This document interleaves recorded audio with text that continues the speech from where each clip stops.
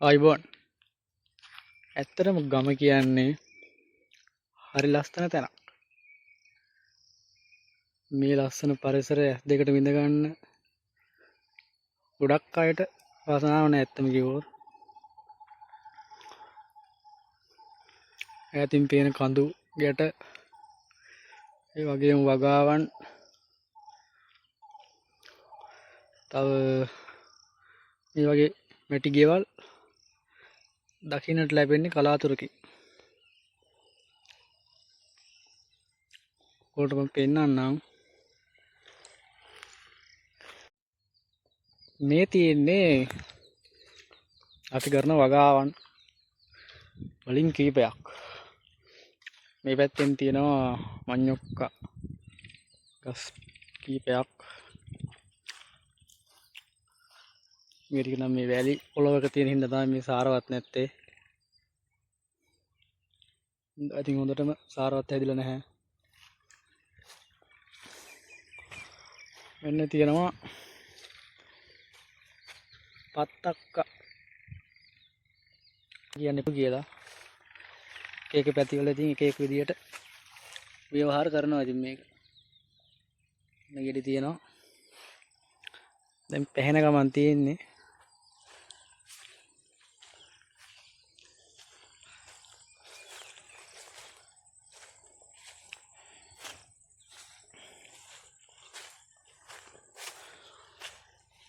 මේ මායිමේ තියෙනවා බුසිටා. ඔයගොල්ලෝ දැකලා තියෙනවද දන්නේ ඊට කලින්. පෝංචි වලට සමාන මේකර වලට සමාන જાතියක් බුසිටා කියන්නේ.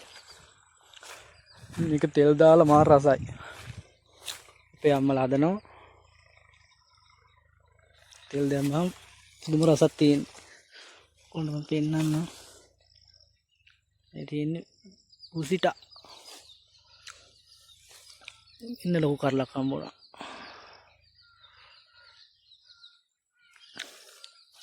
ඇත්තටම මේවා හරි රසවත් ගුණවත් කෑම. යටේ දිගටම බුසිටා තියෙනවා.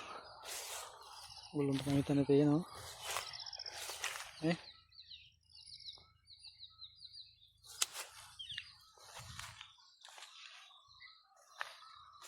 තවත් බැලුවොත් එහා කෙළවරටම යද්දි මේ බුසිටා වැල් දකින්න පුළුවන්.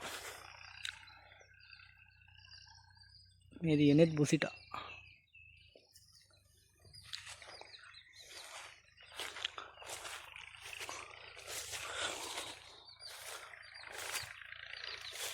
මකින කොමඩු පත්තක්කා. අමාර පැතිවල පැණිපෝල් කියලා කියනවා මේකට.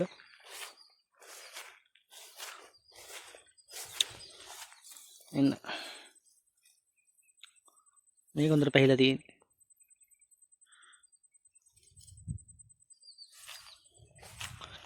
එන්න සත්ව හානි.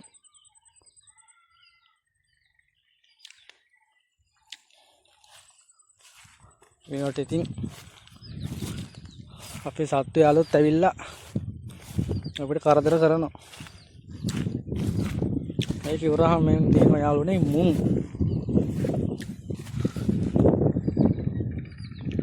වගාව.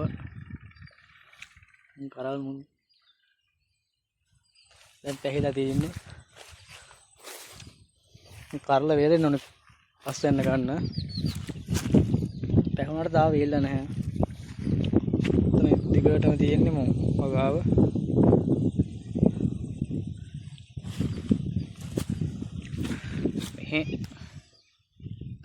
ඇත්තටම මේ වැහිවදියෙන් තමයි ගොඩක් අය ගොවිතැන් කරන්නේ. ඒ නිසා ගොඩාක් දුරට සාර්ථක නැහැ. විතරම වැස්ස නොලැබෙන හින්දා.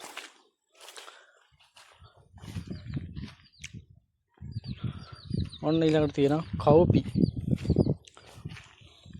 සමහර අය නම් ගොඩක් අය දැකලා ඇති. සමහර අය කිව්වට සමහර අය එහෙම වගාවට ඉහිල දැකලා නැතුව ඇති. මේ තියෙන්නේ කව්පි. එන තියෙනවා ඔකට එකක් ගලවලා පෙන්නන්න.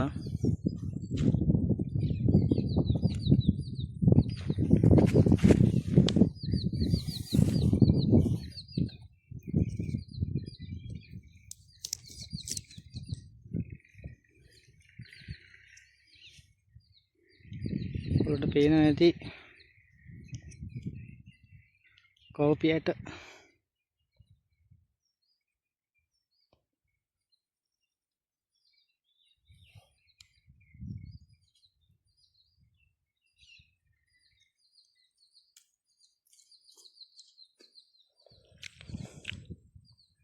ඒ තියෙන කෝපි අමුයට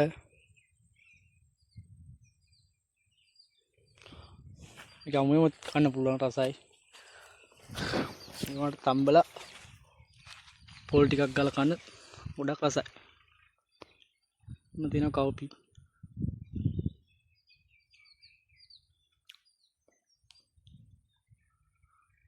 ඉස්සරහා පේන ආයෙම තියෙන කෝපි. ඔයාලට ඈතින් බලන්න පුළුවන් මැටි ගියක් තියෙනවා. තාම කට්ටිය ජීවත් වෙනවා මේ වගේ. ලං කරලා පෙන්නන්න දෙයක් නැහැ.